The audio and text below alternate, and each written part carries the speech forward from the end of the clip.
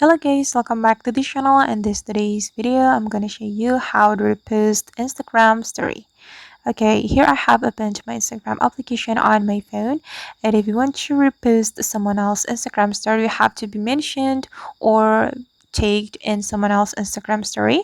And after we have been tagged or mentioned, we will get the notification on our Instagram direct message. So we can go to the Instagram direct message, tap on this icon to open your direct message on Instagram. Then this is the account who mentioned me in a story. We can tap on it. And if you want to repost the story, we just need to click on add to your story. Okay, and before we post the story to our Instagram, we can edit the story. I'm going to make it full, so we can tap on the photo like this to get the full screen. We can also add music, add sticker, or add tags to our story. And after we're done, we can click on your story to repost this Instagram story.